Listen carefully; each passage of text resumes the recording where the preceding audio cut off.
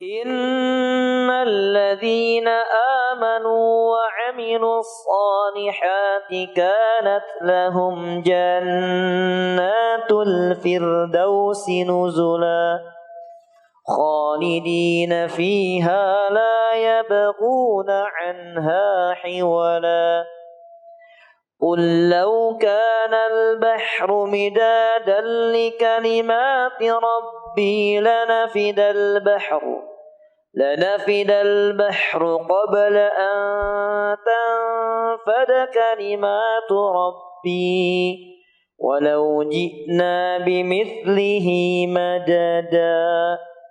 Imam Ahmad di mana dari Abdullah bin Amr bin Al-As bahwasanya Rasulullah SAW bersabda, al-muslim man saliman nasu min lisanihi wa yadihi. Seorang muslim adalah yang seluruh manusia selamat dari lisannya dan dari tangan perbuatannya. Ini sifat seorang muslim yang disifati oleh Rasulullah SAW. Seorang muslim senantiasa menjaga dirinya dari menzalimi orang lain, baik yang besar maupun yang kecil. Dan Rasulullah SAW peringatkan dengan keras bahaya kezaliman, di mana seorang akan membayar kezaliman tersebut yang besar maupun yang kecil, membayarnya dengan pahala yang dia miliki. Dan ini adalah kerugian besar bagi seorang yang melakukan kezaliman, karena dia akan membayar semua kezaliman tersebut dengan pahala yang dia miliki. Sebagaimana yang Rasulullah SAW tegaskan dalam hadis riwayatkan oleh ahli Imam Al-Bukhari dari Abi Hurairah radhiyallahu ta'ala an, di mana Rasulullah SAW bersabda, man kanat indahu madlamatun li akhihi min ardi man syai' falyatahallalhu minhu al-yawm qabla an la yakuna dinarul dirham in kana lahu amalan salih ukhidha minhu biqadri madlamati wa lam yakun lahu hasanat ukhidha min sayyiati sahibiha fa umila alaih. Barang siapa memiliki kezaliman pada saudaranya, maka hendaklah minta halal sekarang di dunia sebelum tidak ada dinar atau dirham di akhirat nanti. Kalau dia memiliki kezaliman pada saudaranya, maka diambil dari amalan solehnya. Kalau dia memiliki amalan soleh, diambil dari amalan solehnya, diberikan pada orang yang dizalimi. Dan kalau dia tidak memiliki amalan soleh, maka diambil dari dosa-dosa orang dizalimi, diberikan kepada orang yang menzalimi. Ya, diambil dari dosa-dosa orang yang menzalimi, diberikan pada orang yang dizalimi. Maka ini keadilan dari Allah Subhanahu wa taala. Dan peringatan bagi kita semua akan bahaya kezaliman. Karena kita semua akan pertanggungjawabkan semua kezaliman yang kita miliki, yang kita lakukan di akhirat nanti. Dan Allah Subhanahu wa taala mengharamkan pembunuhan. Allah mengharamkan pembunuhan dengan tanpa hak. Bahkan Allah Subhanahu wa taala melipat gandakan dosa pembunuhan tersebut.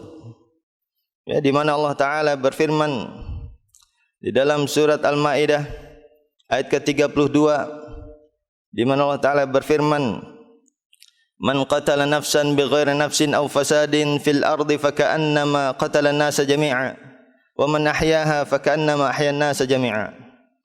Barang siapa yang membunuh satu jiwa dengan jiwa yang lain, dengan tanpa jiwa yang lain atau dengan tanpa hak, maka seakan-akan dia telah membunuh seluruh jiwa manusia semuanya. Allah lipat gandakan dosanya, na'udzubillah. Ini peringatan keras bagi orang yang membunuh orang lain dengan tanpa hak. Allah lipat gandakan dosanya, membunuh seluruh jiwa manusia seluruhnya. Ya, maka ini menunjukkan bahwasanya Islam haramkan segala bentuk kezaliman, apalagi pembunuhan. Ya, bahkan orang kafir saja di dalam Islam diharamkan bagi kita untuk sembarangan membunuh orang kafir. Ya, di mana Rasulullah SAW bersabda dalam hadis riwayatkan oleh Al-Imam Al-Bukhari dari Abdullah bin Amr bin Al-As, Rasulullah SAW bersabda, man qatala mu'ahadan lam yarih raihatal jannah fa inna rihaha tujadu min masirati 40 'ama. Barang siapa membunuh kafir mu'ahad, maka dia tidak mencium bau surga, padahal bau surga didapati dari jarak 40.000 tahun. Ya, di sini menunjukkan keadilan Islam. Bahkan orang kafir sendiri tidak boleh dibunuh. Ya, di mana kafir muahad adalah kafir yang terikat perjanjian dengan kaum muslimin, antara negeri kaum muslimin dengan negeri kafir, melakukan perjanjian perdamaian, tidak saling menyerang, tidak saling berperang. Sebagaimana zaman Rasulullah SAW terjadi perjanjian Hudaybiyah di antara kaum muslimin di Madinah dengan orang-orang kafir musyrikin di Mekah. Maka mereka adalah kafir muahad. Maka negara-negara yang sekarang yang melakukan perjanjian perdamaian dengan negara-negara Islam, mereka masuknya kafir muahad. Rasulullah SAW dengan tegas melarang atau memperingatkan dengan keras, barang siapa membunuh kafir muahad, dia tidak mencium bau sorga. Padahal bau sorga didapati dari jarak yang sangat jauh, 40.000 tahun. Di mana suatu harinya di akhirat itu seperti 1000 tahun. Di mana Allah Ta'ala berfirman, Inna yawman inda rabbika kalfi sanatim ma ta'udun, dalam surat Al-Hajj 47. Allah Ta'ala berfirman yang artinya, sungguhnya satu hari di sisi Tuhanmu seperti 1000 tahun. Dan ini orang yang bunuh orang kafir dijauhkan dari surga selama 40.000 tahun. Ya, maka ini sungguh ancaman yang keras. Dan ini menunjukkan bahwasanya Islam agama yang rahmatan lil alamin. Ya, di dalam Islam tidak sembarangan melakukan jihad, ada syarat-syaratnya. Dan jihad di dalam Islam termasuk di antara syariat Islam yang mulia, yang bawa rahmat bagi seluruh alam. Tapi tidak seperti yang dilakukan oleh orang-orang yang melakukan pengeboman, terorisme di sana sini, melakukan pembunuhan, mengatasnamakan jihad. Di dalam Islam ada syarat-syaratnya. Jihad dalam Islam termasuk bagian dari syariat Islam yang Allah sifatkan, wa ma arsalnaka illa rahmatal alamin. Ya, termasuk bagian dari Islam yang rahmat bagi seluruh alam. Tapi jihad yang di dalam Islam tidak seperti yang dilakukan oleh orang-orang yang melakukan terorisme atau pengeboman di sana sini atau melakukan pembunuhan. Karena di dalam Islam disyaratkan, di dalam jihad itu harus ada 4 syarat. Itu harus ada wilayah, harus memiliki pimpinan wilayah, harus memiliki kekuatan, dan harus diniatkan untuk meninggikan kalimat Allah Subhanahu wa taala. Ya, dalilnya adalah sabda Rasulullah SAW yang diriwayatkan oleh Imam Muslim, di mana Rasulullah SAW bersabda, "Innamal imamu junnatun yuqatalu min wara'ihi wa yattaqa bihi." Sungguhnya imam, pemimpin itu adalah perisai yang kaum muslimin berperang di belakangnya dan berlindung dengannya. Dan juga ketika mentafsirkan firman Allah Ta'ala surat An-Nisa 77, di mana Allah Ta'ala berfirman,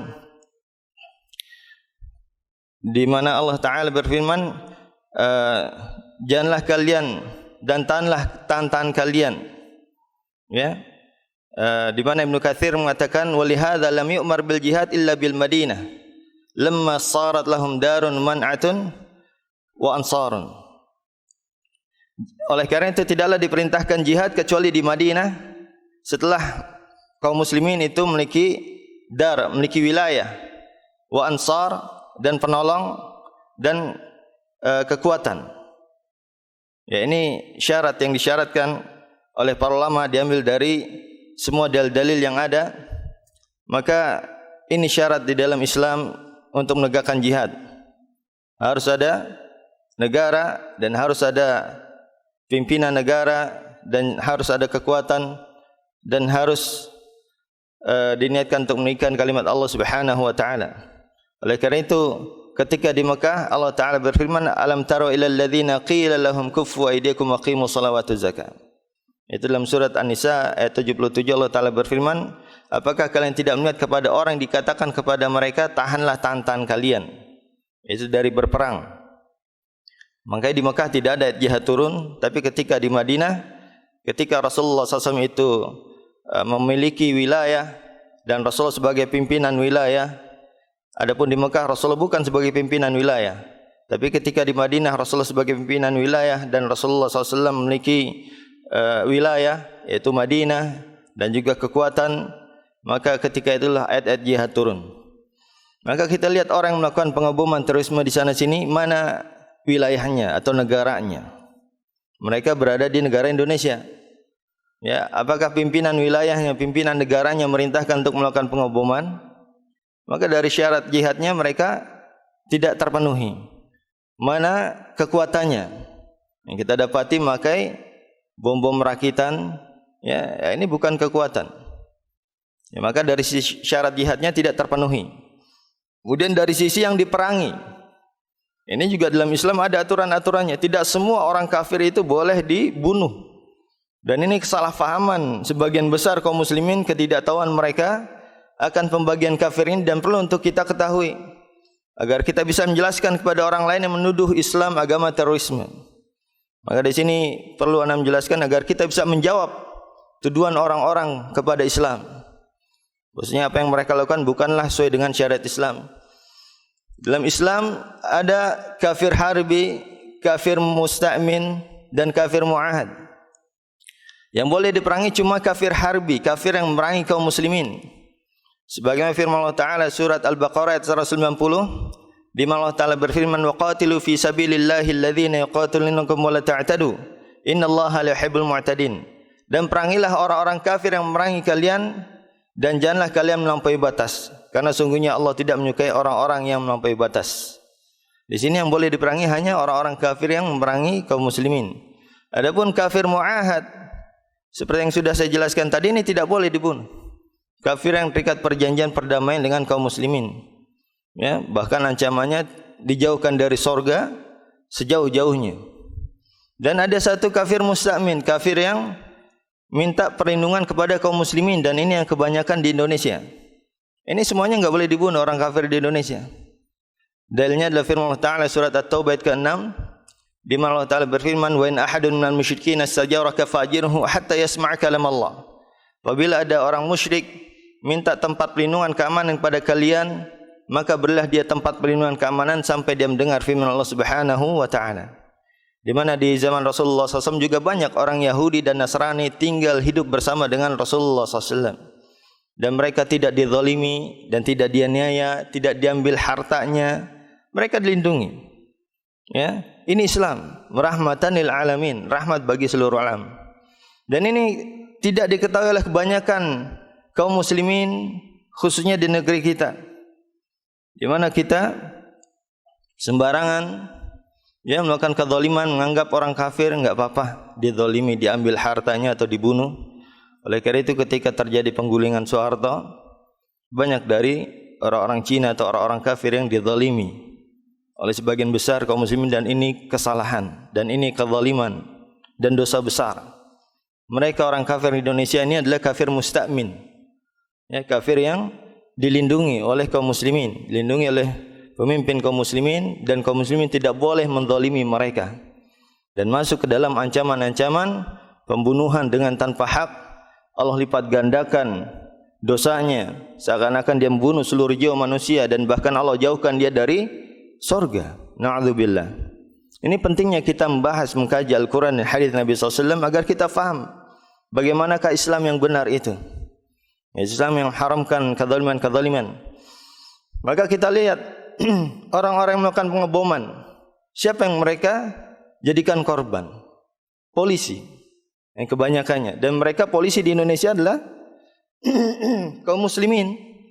Ya, terlebih lagi mungkin beberapa waktu lalu yang menjadi korban itu bukan cuma laki-laki tapi wanita dan anak kecil, dan ini diharamkan di dalam Islam. Bahkan di dalam perang sendiri ketika jihad, ya, itu diharamkan bunuh wanita atau anak-anak. Ya, di mana Rasulullah SAW bersabda dalam hadis riwayatkan oleh Imam Tirmidzi, ya, Rasulullah SAW bersabda, "Bismillah, intaliqu bismillah wa billah wa ala millati Rasulillah, la taqtulu syaikhan faniyan wala tiflan saghiran wala imra'atan wala taghlu." Kata Rasulullah SAW, pergilah kalian dengan nama Allah dan dengan Allah dan di atas agama Allah. Janganlah kalian membunuh orang tua, jangan juga membunuh anak kecil, dan juga jangan membunuh wanita, dan janganlah kalian melampaui batas. Ini aturan-aturan dalam Islam. Ya, maka kalau kita lihat orang-orang melakukan pengeboman terorisme dari syaratnya tidak terpenuhi,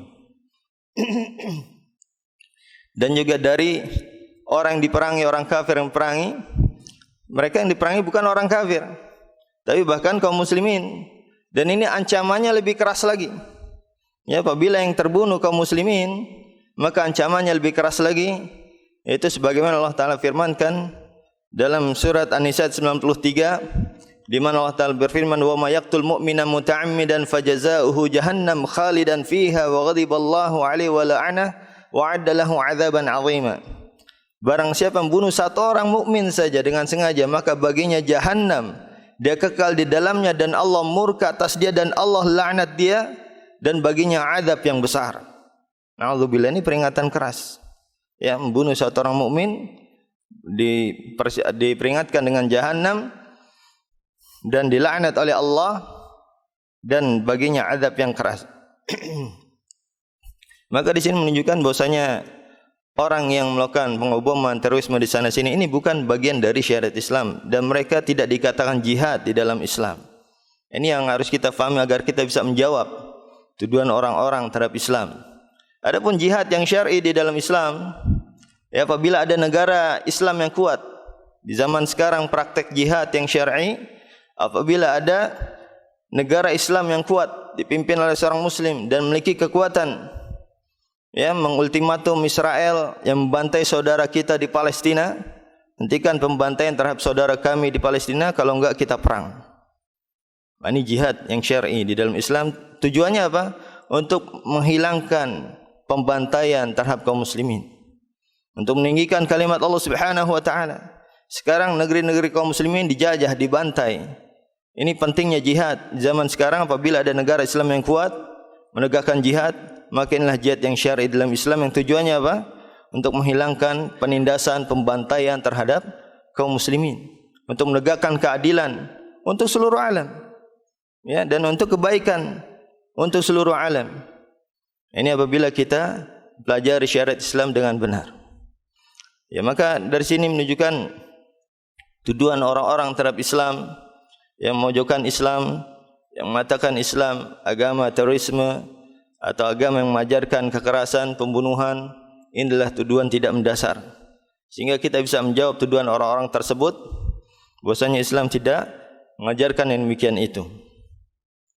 Dan juga mungkin kita dapati dari sebagian kaum muslimin atau bahkan tokoh-tokoh Islam melakukan pencurian atau korupsi, atau bahkan dari partai Islam atau dari departemen Islam, ya, maka ini juga bukanlah sesuai dengan syariat Islam.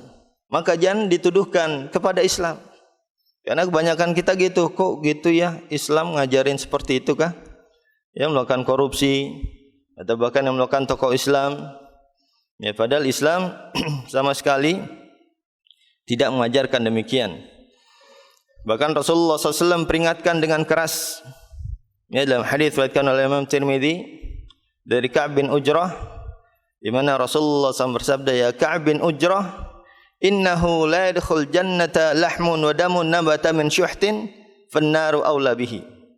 Ya Ka'ab bin Ujrah, wahai Ka'ab bin Ujrah, sungguhnya tidaklah akan masuk surga sosok darah dan daging yang tumbuh dari barang yang haram, akan tapi neraka itu lebih pantas untuknya. Ya, ini peringatan dari Rasulullah SAW dan ajaran Islam. Ya, tidak boleh mengambil harta orang lain.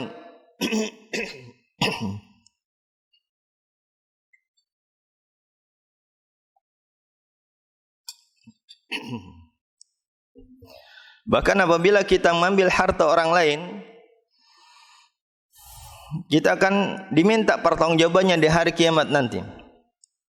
Dan kita akan membayarnya dengan pahala kita.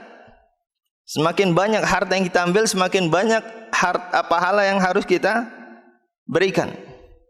Ya, sebagaimana yang sudah Anda jelaskan tadi hadisnya, di mana Rasulullah SAW bersabda, barang siapa memiliki kezaliman pada saudaranya, maka hendaklah minta halal sekarang di dunia sebelum tidak ada dinar atau dirham di akhirat nanti. Kalau dia punya amalan soleh, maka dia ambil dari amalan solehnya diberikan kepada orang yang dizalimi. Kalau dia tidak memiliki amalan soleh, maka dia ambil dari dosa-dosa orang dizalimi diberikan kepada orang yang menzalimi. Ya, dan ini kerugian yang besar, di mana seharusnya seorang itu bisa masuk surga, na'udzubillah bisa masuk neraka gara-gara kezaliman yang dilakukan. Ya, sebagaimana yang diriwayatkan oleh Imam Muslim dari Abi Hurairah, di mana Rasulullah SAW bersabda, "Atadruna mal muflis?" Apakah kalian tahu orang yang bangkrut itu? Kata para sahabat, orang yang bangkrut, man la dirham lahu wala mata'. orang yang tidak punya harta benda ya Rasulullah. Tapi kata Rasulullah SAW, orang yang bangkrut adalah orang yang datang di hari kiamat, man ya'ti yaumal qiyamah bi salatin wa siyamin wa zakah wa ya'ti qad syatama hadha wa daraba hadha wa kalama hadha wa safaka dama hadha. Ya, orang yang datang di hari kiamat kemudian membawa pahala puasa, salat dan zakat, tapi telah menzalimi saudaranya, mengambil harta saudaranya, mencaci maki saudaranya, menumpahkan darah saudaranya, maka orang yang dizalimi diambil dari pahala-pahalanya. Fa yu'ta min hasanati wa hadha min hasanati. Diberikan semua pahala-pahala yang dia miliki sampai habis pahalanya. Kemudian kezaliman belum terselesaikan, maka diambil dari dosa-dosa orang dizalimi diberikan padanya, tsumma turha finnar. Kemudian orang ini dimasukkan ke dalam api neraka, naudzubillah. Yang seharusnya masuk neraka, masuk surga, tapi karena kezalimannya dia dimasukkan ke dalam neraka. Ini peringatan dari Rasulullah SAW. Ya, ini ajaran Islam. Bahkan kalau kita faham, Masya Allah, ada ikhwah yang ketika tahu hadis ini, ya, dia ingat dulu pernah ngambil di kantin. Ya, maka dia datang minta maaf karena syaratnya itu adalah mengembalikan hak-haknya. Datang minta maaf, Bu, saya dulu pernah ngambil di kantin, saya mau bayar. Karena apa? Kalau enggak takut ditagih di akhirat. Karena syarat taubat orang mengambil harta orang lain adalah dikembalikan.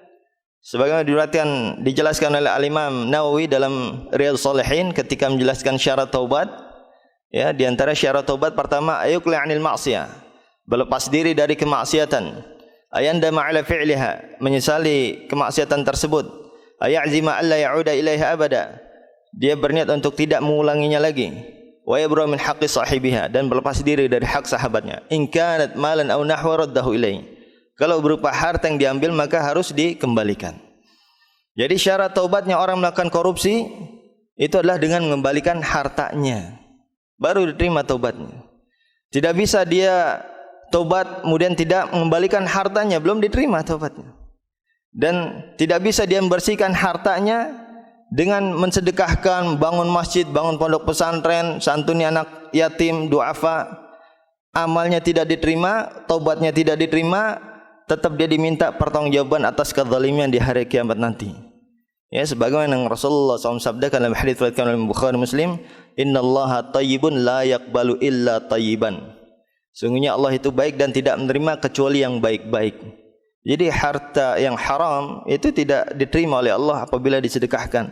Apalagi harta korupsi, ketika dia mensedekahkan itu tidak akan bersih hartanya dan tidak akan diterima amalannya, dan dia tetap akan diminta pertanggungjawabannya membayar kezaliman itu dengan pahalanya dia, naudzubillah. Coba kalau kita semua faham ini, maka insyaallah tidak ada yang akan berani korupsi. Karena untuk apa kita untuk mengejar dunia yang hanya cuman kata Rasul satu tetes air di ujung jaring celupkan ke lautan yang luas, sedangkan lautan luas itu adalah akhiratnya. Untuk apa kita mengorbankan akhirat kita demi dunia yang sangat sedikit ini? Ya, ini pentingnya kita mempelajari Islam dengan sebenar-benarnya dan berusaha untuk mengamalkannya. Maka dari sini menunjukkan sangat tidak mendasar tuduhan orang-orang yang menuduh Islam ini mengajarkan korupsi, ya, dengan bukti, dengan alasan tokoh Islam ada yang melakukan korupsi, atau partai Islam ada yang melakukan korupsi, atau bahkan departemen Islam ada yang melakukan korupsi. Sungguh Islam itu berlepas diri dari itu semua, dan Islam haramkan perbuatan kezaliman itu semua. Maka janganlah dituduhkan kepada Islam. Maka dengan ini insyaallah kita bisa menjawab tuduhan orang-orang yang memojokkan Islam, yang mengatakan Islam ini agama yang menghalalkan kezaliman atau membolehkan korupsi dan sebagainya. Dan juga apabila kita dapati ada dari tokoh Islam atau ustadz ataupun kiai yang senantiasa mencaci, memaki, melaknat, ya, maka ini juga tidaklah diajarkan di dalam syariat Islam, dan Rasulullah SAW melarang. Bahkan Rasulullah SAW sifati seorang mukmin dalam hadis riwayat Imam Tirmidzi, innal mu'min laisa bitta'an walal la'an walal fahish wal badhi. Sungguhnya seorang mukmin itu adalah orang bukanlah orang yang mencela, dan bukan orang yang melaknat, dan bukan pula orang yang keji dan kotor mulutnya. Ini sifat seorang mukmin disifati oleh Rasulullah SAW. Bahwasanya seorang mukmin senantiasa menjaga lisannya, tidak mencaci maki, tidak melaknat, ya bahkan tidak keji dan kotor mulutnya, senantiasa mulutnya terjaga, tidak menzalimi orang lain. Ya maka apabila kita mungkin dapati ada sebagian tokoh Islam yang senantiasa mencaci memaki, maka ketahuilah itu bukan bagian dari ajaran Islam, dan Islam tidaklah demikian. Islam agama yang rahmatul alamin. Lihatlah Rasulullah SAW. Kalau ingin pelajari Islam, lihatlah Al-Quran dan hadis Nabi SAW. Lihatlah Rasulullah SAW bagaimana akhlak beliau. Bukan kita lihat dari individu kaum musliminnya. Karena kalau kita lihat dari individu kaum musliminnya, banyak dari kaum muslimin yang melakukan kezaliman yang tidak diajarkan dalam Islam. Ya bahkan ghibah di dalam Islam ini diharamkan dengan pengharaman yang sangat keras. Padahal mungkin di antara kita biasa ngomongin orang. Ya ghibah itu ngomongin orang. Si fulan pendek, si fulan hitam, si fulan malas, banyak tidurnya. Ini diharamkan di dalam Islam. Ya mungkin menurut kita hari-hari kita mungkin melakukannya.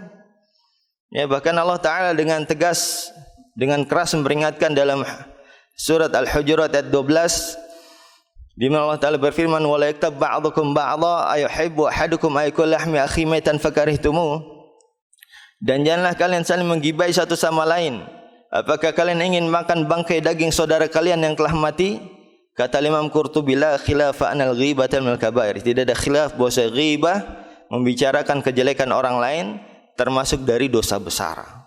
Ini peringatan. Maka dari sini kita kalau melihat ada ustaz, ada kiai ya senantiasa menjelekkan saudaranya di mimbar, maka bukan bagian dari ajaran Islam dan ini termasuk ghibah. Ya kecuali dalam bab jarh wa ta'dil dan ini tidaklah dilakukan kecuali oleh para ulama. Ya, kalau memang ada masalah yang besar. Tapi secara asal ghibah itu adalah kezaliman. Ya, bahkan termasuk di antara ghibah yang diriwayatkan oleh Tirmidzi ketika Aisyah berkata kepada Rasulullah, "Hasbuka Safiyah innaha qasirah." Cukup bagimu Safiyah ya Rasulullah, dia itu pendek. Cuman bilang pendek enggak boleh, Pak. Ya kata Rasulullah SAW, laqad qulti kalimatan law mujjat bimal bahr lamazjadhu. Engkau telah mengucapkan satu ucapan kalau dicampur dengan air lautan maka akan menjadi keruh dan bau busuk. Cuman bilang pendek itu di dalam Islam enggak boleh. Apalagi sampai membunuh, mengambil harta orang lain. Kita bisa bayangkan bagaimana rahmatul alaminya syariat Islam. Cuman ghibah itu diharamkan dengan pengharaman yang keras. Bahkan kata Imam Qurtubi enggak ada khilaf bahwa ghibah termasuk dari dosa besar. Cuma bilang si fulan pendek itu haram dalam Islam. Ya, ini berapa banyak mungkin kita terbiasa membicarakan orang lain, kejelekan orang lain. Karena ghibah itu membicarakan aib atau kejelekan orang lain yang dia tidak sukai. Sebagaimana Rasulullah SAW sabdakan dalam hadis riwayat Muslim, "Atadruna mal ghibah? Dzikruka akhaka bimikrah." Ya, apakah kalian tahu ghibah itu apa? Itu engkau menyebutkan kejelekan saudaramu yang dia tidak sukai, baik di depan atau di belakang. Ya, di depannya artinya kalau di tengah banyak orang. Ini juga enggak boleh. Ya, karena kita banyak berpikir daripada ngomongin di belakang mending ngomong depan deh, tapi depan banyak orang. Nah, ini salah juga. Kecuali di depannya antum cuman berdua. Nah, ini baru bagus. Tapi kalau di depan kita ngomong kejelekan dia, gimana sih kamu gini, kamu melakukan kesalahan ini dan itu, tapi di depan banyak orang, ini enggak boleh juga, haram. Bahkan lebih keras pengharamannya karena apa? Langsung di depan orangnya. Ya, karena diharamkan ghibah apa? Menyebarkan aib saudara kita kepada orang lain, baik di belakang ataupun di hadapannya. Kecuali kalau di hadapannya kita berdua saja dengan dia. Nah, ini baru boleh dan ini bagus. Ya, maka ghibah itu bahkan cuman bilang pendek itu enggak boleh. Dan kita banyak sering mensifati saudara kita, ya mungkin yang ibu-ibu misalnya, si fulan bibirnya menor banget sih, merah banget, ya, atau make upnya tebal banget sih, atau pakaiannya ada jadi komentarin, atas sama bawahnya enggak matching, norak misalnya, kacamatanya kegedean, ada aja kita komentar tuh Ada jatuh kalau kita pinggir jalan orang lewat, orang tuh gini dan gini, ya. Ada jenis komentarin dari si fisiknya atau dari si sifatnya. Si fulan malas, banyak makannya, banyak tidurnya, ya, malas kerjanya, atau si fulan mencuri, atau yang di media sosial yang kita terbiasa, si fulan korupsi, si fulan berselingkuh, artis ini begini dan begitu. Ini semuanya ghibah. Ya, ini semuanya haram. Kita membicarakan aib saudara kita. Ya, kenapa ghibah dosa besar? Karena kehormatan seorang muslim di sisi Allah itu sangat besar.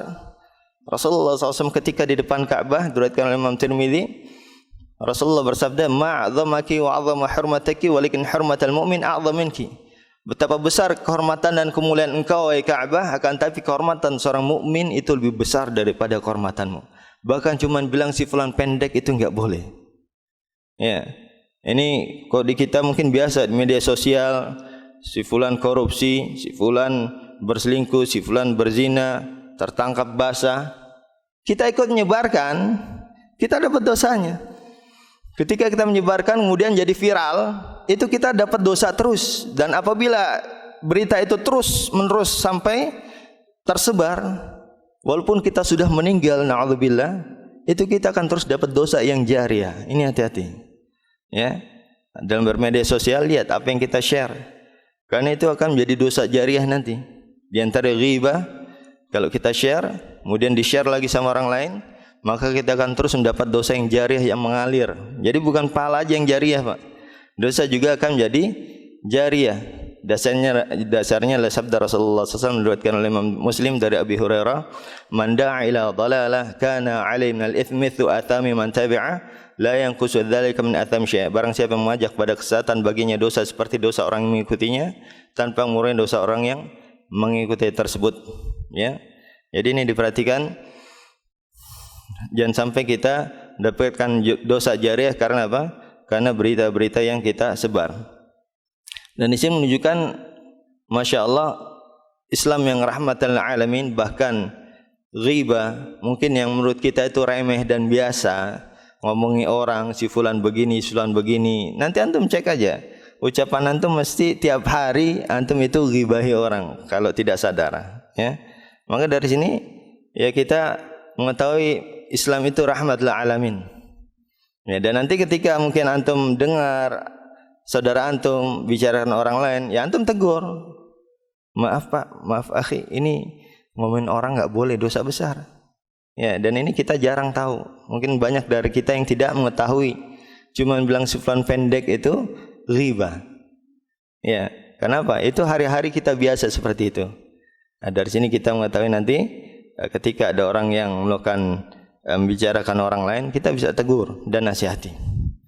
Dan dari sini kita mengetahui rahmatan lil alamin, ya, bahwa Islam agama yang rahmatan lil alamin. Bahkan ghibah, suatu yang mungkin kita anggap remeh, ngomongin orang lain, cuma bilang si fulan pendek, si fulan hitam, ini tidak boleh, apalagi sampai mengambil harta orang lain, apalagi sampai menumpahkan darah orang lain, membunuh, ya. Dan juga jihad di dalam Islam ada syarat-syaratnya. Dan dari sini juga kita mengetahui syarat jihad. Maka janganlah kita sampai terprovokasi. Ya, karena banyak, ayo kita berjihad, tapi yang diperangi siapa? Aparat pemerintah. Ini bukan jihad, Pak. Ayo kita jihad, tapi yang diperangi siapa? Ormas Islam yang lainnya. Ini bukan jihad. Apalagi kalau yang diperangi Muslim, ini hati-hati. Kita terancam masuk dalam hadis Nabi SAW diriwayatkan oleh Bukhari dari Abu Bakar Nufi' bin Al-Harith Ats-Tsaqafi, di mana Rasulullah SAW bersabda, "Idzal taqal muslimani bi sayfayhima fal qatil maqtul finnar." Apabila ada dua orang muslim bertemu dengan dua pedangnya ingin saling membunuh, maka yang membunuh dan dibunuh dua-duanya masuk neraka. Maka para sahabat bertanya, "Ya Rasulullah, hadzal qatil fam bal maqtul?" Ya Rasulullah, ini yang membunuh jelas masuk neraka, kenapa yang terbunuh juga masuk neraka? Kata Rasulullah, "Fa innahu kana harisan ala qalbi sahibi." Karena sungguhnya yang terbunuh juga ingin membunuh saudaranya. Jadi ketika kita ingin mungkin melakukan demonstrasi dan kita terprovokasi dan kita ingin membunuh atau menyerang saudara kita aparat polisian yang mereka kaum muslimin, maka kita kalau terbunuh terancam masuk dalam hadis ini. atau ada yang mengajak kita jihad, ayo kita perang terhadap ormas Islam ini. Nah, ini enggak boleh, hati-hati. Yang boleh diperangi itu kafir harbi, orang kafir aja enggak boleh diperangi.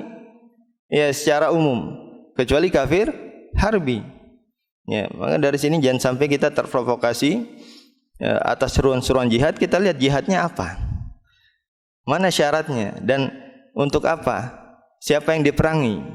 Ya, maka jangan sampai kita terprovokasi atas ajakan jihad tersebut. Ya, semoga apa yang saya sampaikan bermanfaat bagi kita semua. Ya, semoga Allah Subhanahu wa taala senantiasa memberikan kita taufik dan hidayahnya agar kita bisa mengamalkan Islam dalam kehidupan kita semua, dan semoga Allah Subhanahu wa taala ya menyebarkan Islam ini, Islam yang rahmatan lil alamin, kepada kita semua, agar keadilan Allah tegak di muka bumi ini. Semoga apa yang saya sampaikan bermanfaat bagi kita semua. Dan sebelum ditutup, mungkin ada yang mau ditanyakan, fadhal.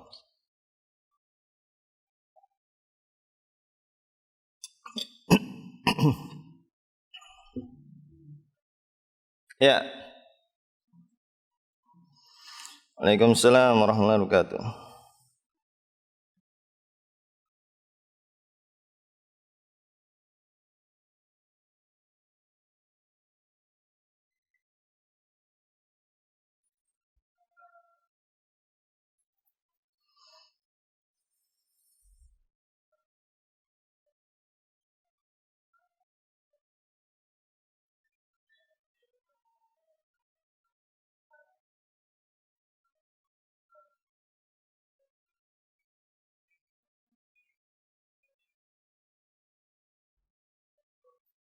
Ya. Ini seperti yang tadi Anda syaratkan, ini masuknya bab jarh wa ta'dil. Ya. Ya, ini jarah itu menjarah, mengkritik di depan umum. Ta'dil itu memuji seorang di depan umum. Ini dalam Islam ini dibolehkan, tapi dengan syarat-syarat. Dan juga yang melakukan itu tidak sembarangan. Ya. Pertama memang untuk menjarah, mengkritik depan umum, yaitu orang yang ingin dikritik itu atau dijarah biasanya dinasihati terlebih dahulu oleh para ulama. Ya, sebelum para ulama itu menjatuhkan tahdzirnya, oh si fulan sesat, si fulan begini, si fulan begini. Ya, itu orang ingin dikritik dinasihati dulu. Ya, bukan malah langsung kita bongkar aibnya. Ini dilakukan oleh para ulama ya kepada dai-dai sesat. Ya, dan ini perlu untuk dilakukan. Kenapa? Jangan sampai nanti orang ngikuti kesesatannya. Kalau tidak ada yang menjelaskan tentang kesesatan orang lain, maka akan banyak orang yang mengikuti orang-orang yang punya pemikiran terorisme. Mereka juga sama, Pak, membaca Al-Quran dan hadis, tapi salah pemahamannya. Orang melakukan pengoboman ini juga dasarnya sama. Ya, mereka diantaranya dalilnya dasarnya wa man lam yahkum bima anzalallahu fa ulaika humul kafirun. Barang siapa yang tidak berhukum dengan hukum Allah, maka mereka adalah orang-orang kafir. Tapi kan di sana ada ayat yang lain, wa man lam yahkum bima anzalallahu fa ulaika humul zalimun fa ulaika humul fasiqun. Ada yang zalimun dan ada yang fasikun, tidak sampai kafir. Ya, dan ini ditafsir oleh Ibnu Abbas, apabila dia ridha terhadap hukum Allah, terhadap hukum selain Allah, dan dia mengatakan hukum selain Allah yang terbaik, inilah yang menjadi kafir. Tapi kalau karena dunia atau karena terbawa kemudian berhukum dengan selain hukum Allah, maka masuknya kepada zalim dan fasik, jadi tidak kafir. Tapi mereka pakainya dalil ini. Ya, orang yang melakukan pengoboman mengatakan kita ini semua tidak berhukum dengan hukum Allah, kafir dan boleh untuk dibunuh. Na'udzubillah. Ya, ini pemahaman yang salah. Oleh karena itu para asatidzah Ahlussunnah menjelaskan, ya, bantahan-bantahan asatidzah kita dalam buku, bahkan mengadakan diskusi, perlu untuk menjelaskan kesesatan mereka. Kalau enggak apa, banyak kaum muslimin yang terpengaruh dengan pemikiran sesat mereka. Tapi ini hati-hati, karena apa? Asalnya ghibah dan dosa besar. Membongkar kesesatan, kesalahan, yaitu asalnya ghibah dan dosa besar. Tidaklah dilakukan kecuali kalau memang ada maslahat yang lebih besar. Karena dalam kaidah usul fikih, dikatakan asy-syari' la ya'muru illa bima maslahatu khalisa wa rajihah. Syariat Islam tidaklah memerintahkan atau membolehkan kecuali pada perkara yang khalisa, maslahatnya itu khalis, murni, dan rajihah, maslahatnya itu lebih besar. Seperti apa? Jihad. Jihad ini masalahnya lebih besar, tapi ada mudaratnya. Mudaratnya apa? Menumpahkan darah orang kafir, harbi. Ya, kafir memerangi kaum muslimin. Ini kemudaratannya ada. Tapi masalahnya apa? Untuk menghilangkan pembantaian, penindasan terhadap kaum muslimin, untuk menegakkan keadilan. Masalahnya besar. Maka itu jihad dibolehkan dalam Islam. Tapi jihad yang sesuai dengan syarat-syarat yang saya sebutkan tadi. Begitu juga jarh wa ta'dil, mengkritik orang lain. Ini apabila memang ada maslahat yang besar, maka dibolehkan. Ya, dan ketika seorang itu bicara, didengar. Ya. Jadi pertama, untuk tercapai maslahat itu yang bicara ini harus seorang alim yang memang didengar. Nah, ini akan ada maslahat yang besar. Ya, dan juga dinasihati terlebih dahulu. Dan juga seorang alim ini ketika mengkritik orang lain bukan di atas hawa nafsu, bukan karena dia kesel, ya, atau karena dia juga diomongin orang, kemudian dia ngomongin balik, enggak, tapi karena apa? Karena keadilan, dia ingin menjauhkan kaum muslimin dari kesesatan orang ini. Ya, bukan karena sakit hati. Ya, ini makanya yang menjarah ini, mengkritik ini haruslah orang yang tidak sembarangan. Ya, bukan kita-kita yang bicara, oh si fulan begini, si fulan begini, si fulan begini. Bahkan guru kami, Syekh Abdul Muhsin Al-Abbad Al-Badr, ya, beliau bapaknya Syekh Abdul Razak, ketika anak di Madinah, beliau umurnya 82 tahun. Ya, dan beliau selama anda bermajelis dengan beliau kurang lebih setahun, enggak pernah beliau bilang si fulan sesat, si fulan begini, si fulan begini. Bahkan dalam kitab Rifqan Ahlus Sunnah, ketika beliau ditanya tentang gimana keadaan fulan, apakah hizbi, apakah ahlu bid'ah, maka dia menjawab, masalah ini seharusnya ditanyakan kepada Lajnah Daimah Dewan Fatwa Saudi Arabia.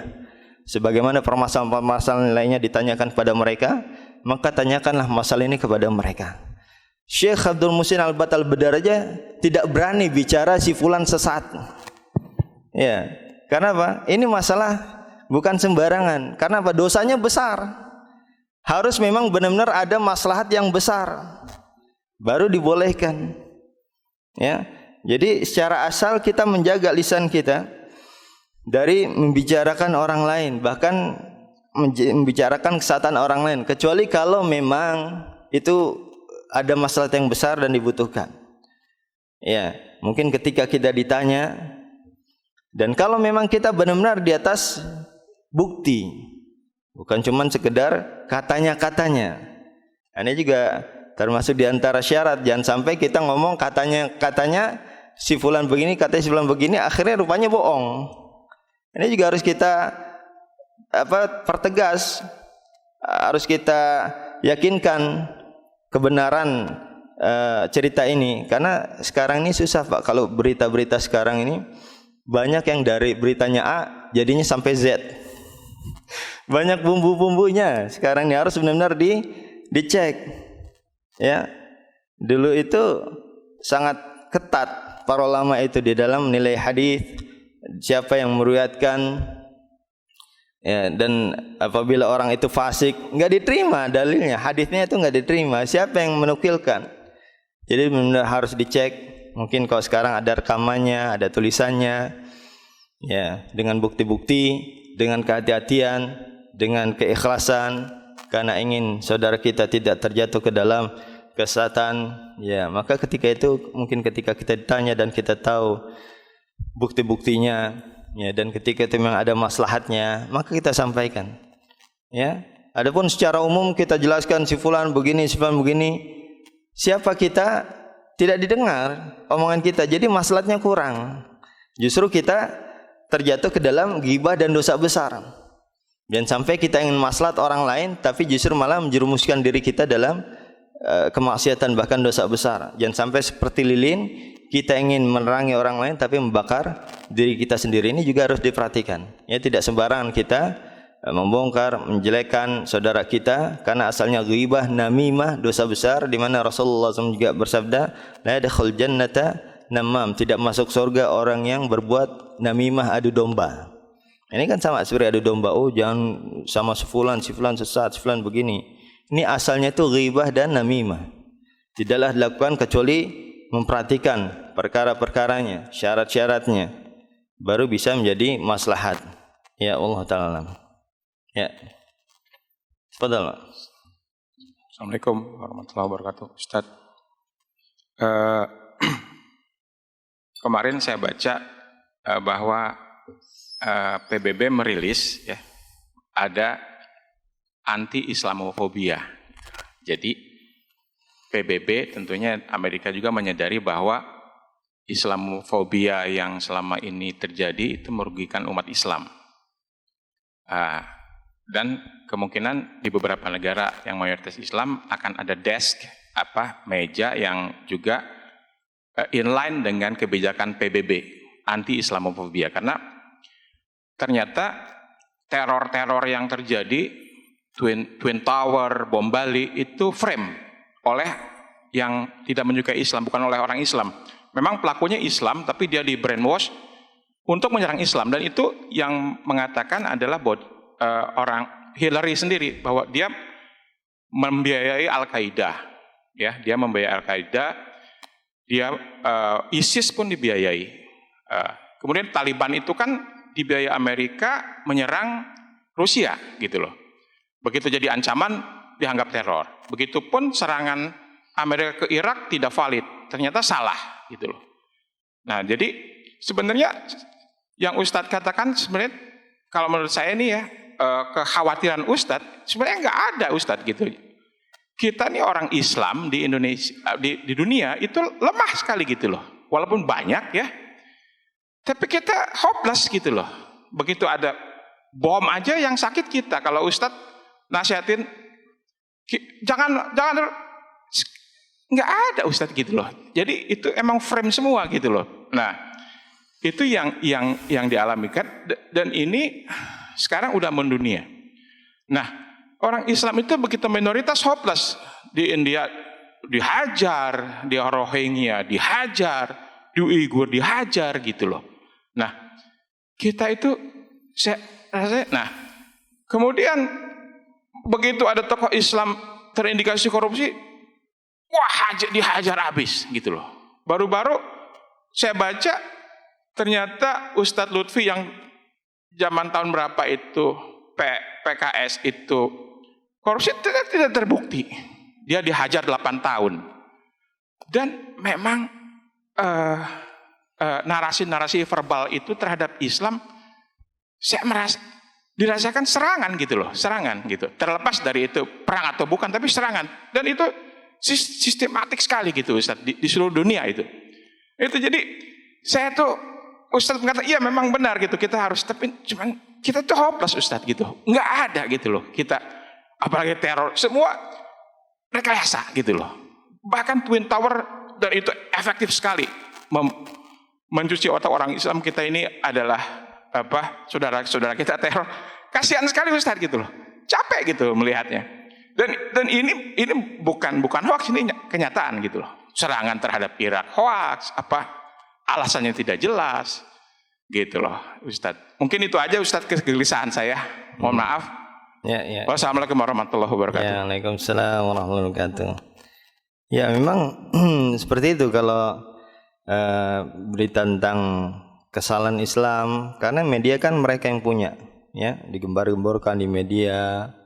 Nah, ini juga jangan sampai kita terprovokasi juga dengan media-media yang ada. Tapi kebanyakannya ya prakteknya akhirnya kita banyak yang termakan dengan media-media tersebut. Akhirnya ikut menyudutkan Islam. Dan juga ketika dilihat faktanya memang kaum muslimin, orang-orang Islam yang melakukan. Dan adapun yang melakukan pengeboman terorisme, mereka juga bahasa Arabnya jago, ya, dan mereka juga memang ada pemikiran-pemikiran seperti itu. Bahkan asatidzah kita pun sampai mengajak mereka diskusi. Ya, maka dari sini juga ketemu sama mungkin yang antum bilang pendana. memang asalnya pemahaman Islamnya nyeleneh, ketemu dengan pendana, akhirnya menguatkan mereka, ya, yang melakukan terorisme itu. Ya, dari sini perlunya kita untuk menjelaskan tuduhan-tuduhan mungkin orang-orang yang terhasut dengan media tersebut, sehingga kita bisa menjawab. Islam tidak demikian, Islam enggak mengajarkan demikian. Ya, karena kadang mungkin di hati kecil kita, oh iya ya Islam begini ya, kok begini ya. Nah, akhirnya kita sendiri pun meragukan Islam. Kalau kita tidak tahu dengan penjelasan apa yang Anda jelaskan ini, kadang di antara kita sendiri akhirnya jadi ragu dengan Islam. Iya, kok Islam begitu ya? Malah ustadz yang melakukan, malah orang yang paham bahasa Arab yang melakukan. Padahal Islam tidak demikian. Nah, makanya perlu Anda jelaskan seperti ini agar apa? Agar pertama kita bisa menjawab tuduhan orang-orang yang termakan dengan media, orang-orang yang tidak senang dengan Islam. Yang kedua, agar kita tetap bangga dengan Islam. Ya, jangan kecil hati karena yang dilakukan oleh mereka-mereka yang diekspos atau dengan media-media itu, ya itu bukan bagian dari ajaran Islam. Ya, Islam tetap rahmatan alamin, mengharamkan segala bentuk kezaliman, dan kita tetap cinta dan bangga dengan Islam karena Islam adalah agama yang rahmatan alamin. Ya Allah Ta'ala.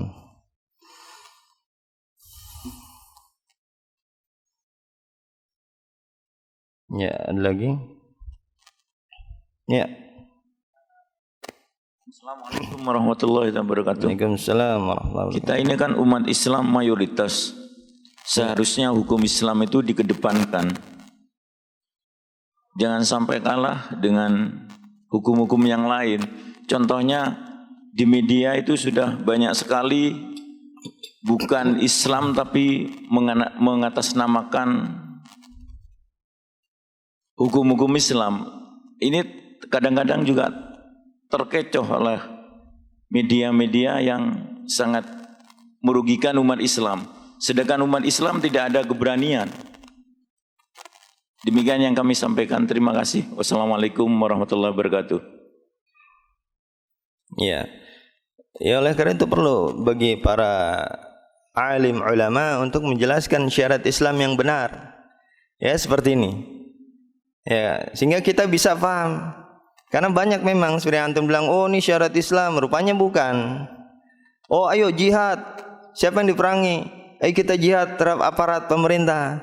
Oh rupanya bukan jihad. Ayo jihad siapa? Itu ormas Islam ini, kita perangi, kita jihad pada mereka. Rupanya bukan jihad, mati konyol itu. Nanti masuk ke dalam sabda Rasulullah yang membunuh dan dibunuh dua-duanya masuk neraka. Karena apa? Ingin membunuh saudaranya. Sama muslim enggak boleh. Syarat jihad yang diperangi kafir harbi, kafir musa'min, kafir mu'ahad aja enggak boleh diperangi. Nah, ini perlunya kita menjelaskan kebenaran Islam, Al-Quran dan hadis Nabi SAW agar kita faham syarat Islam yang benar apa. Betul kata antum, orang mengatakan ini syarat Islam, rupanya bukan. Ya, mengatasnamakan Islam rupanya bukan. Maka perlunya ada dai-dai yang benar-benar faham terhadap Al-Quran dan hadis Nabi SAW yang menjelaskan tentang kebenaran syarat Islam. Ya, wallahu ta'ala. Ya, lagi. Ya, tafadhal.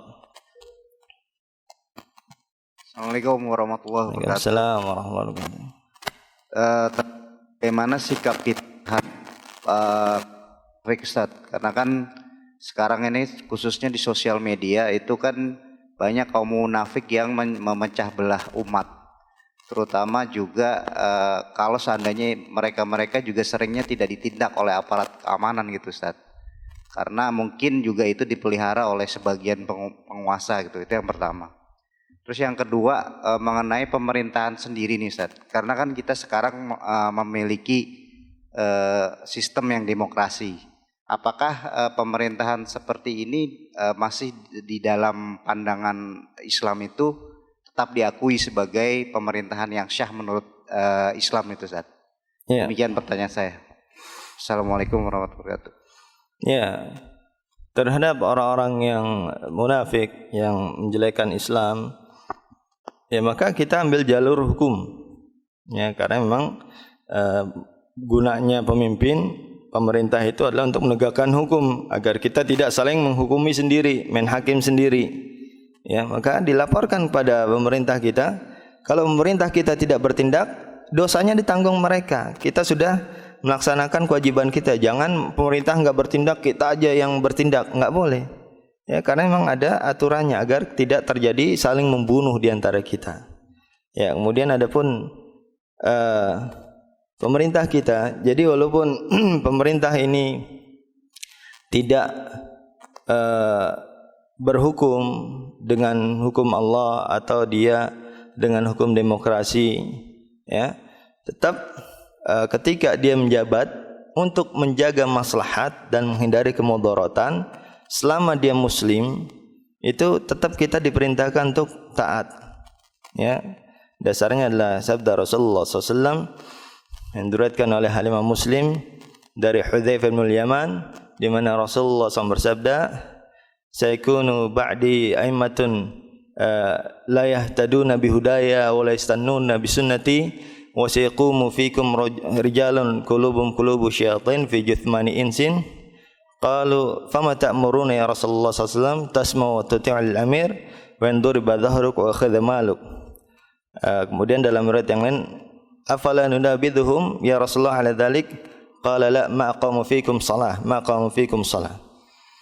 Ya, di mana Rasulullah SAW bersabda, akan ada nanti di antara kalian pemimpin-pemimpin yang tidak mengambil dari petunjukku dan tidak mengambil dari sunnah-sunnahku. Ini artinya tidak berhukum dengan hukum Rasulullah SAW.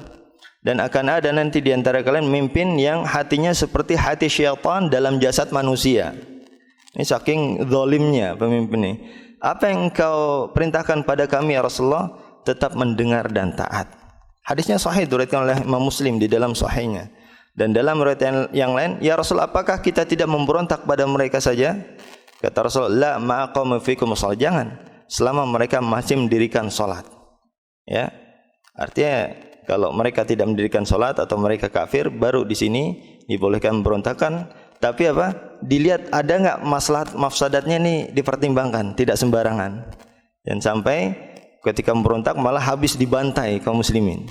Ya, ini juga penuh pertimbangan dan seorang alim yang bisa menimbangnya. Jadi hadisnya sahih diriwayatkan Muslim, walaupun dia juga tidak berhukum dengan hukum Allah, ya, selama mereka melakukan salat, kita tetap taat. Yang tujuannya apa? Untuk menghindari kemudaratan, pembantaian kaum muslimin. Ya. Dan tetap mendoakan pemerintah kita agar pemerintah kita menggunakan hukum Allah. Masya Allah Pak, ini sebenarnya hukum Allah kalau diterapkan, ya, ini luar biasa. Kita ambil satu contoh aja, mencuri potong tangan. Kira-kira berapa ratus triliun uang negara diselamatkan? Siapa yang berani? Ini negara kita hancurnya karena apa? Korupsi, mencuri potong tangan. Ada yang berani nggak kira-kira? Ya, membunuh balas bunuh. Kira-kira ada yang berani bunuh nggak? Akan aman Pak. Dan ini yang terjadi di Saudi Arabia. Di Saudi Arabia itu, ya, universitas kuliah S1 LC sehari sebulan tuh dikasih 800 atau sekitar 3.800.000-an sebulan, uang saku aja, tempat tinggal, buku-buku gratis. Itu S1, S2 lebih gede lagi. Itu setiap santri, setiap murid dapat, bukan cuman gratis Pak, dikasih uang, dikasih fasilitas. Karena apa? Menegakkan syariat Islam, mencuri potong tangan, nggak main-main di sana. Coba kalau diterapkan satu aja, kita bisa bayangin bagaimana makmurnya Indonesia. Hancurnya negeri kita nih karena apa? Karena korupsi. Ya, nah, ini kita bisa bayangin baru satu aja, itu kita bisa bayangkan maslahatnya luar biasa untuk negeri kita. 2 tambah, membunuh balas bunuh, aman Pak. Di sana itu kami pernah dari Madinah ke Mekah naik mobil, tengah jalan kita berempat kalau nggak salah di mobil waktu itu. Tengah jalan sopirnya berhenti masuk ke rumah, kunci mobilnya ditinggalin Pak di situ Pak. Di Indonesia kira-kira bisa nggak, berani nggak? Jangan kan begitu, di dalam rumah aja dibongkar. Ini di tengah jalan kuncinya ditinggalin dan lama dia seperempat jam atau apa gitu ke rumahnya. Ditinggalin aja begitu mobilnya itu. Aman. Di sana itu aman, makmur. Ya, kita bisa bayangkan 2 aja begitu diterapkan, mencuri potong tangan, bunuh qisas, bunuh balas bunuh, apalagi syariat-syariat Islam yang lainnya. Ya, cuman kitanya yang enggak mau. Ya, qadarullah ma syafa'al. Semoga Allah memberikan hidayah kepada kaum muslimin agar cinta kepada syariat Islam dan menegakkannya minimal pada diri sendiri. Ya, mengharamkan semua kezaliman. Ya, dan semoga Allah terapkan di negeri kita ini. Ya Allah Ta'ala. Jadi walaupun bukan syariat Islam, ya, untuk menghindari mudarat yang besar, syariat Islam merintahkan kita untuk tetap mendengar dan taat dan menasihati pemerintah kita dan juga mendoakan agar mereka mendapatkan hidayah dan menerapkan syariat Islam. Allah Ta'ala. Ya, lagi.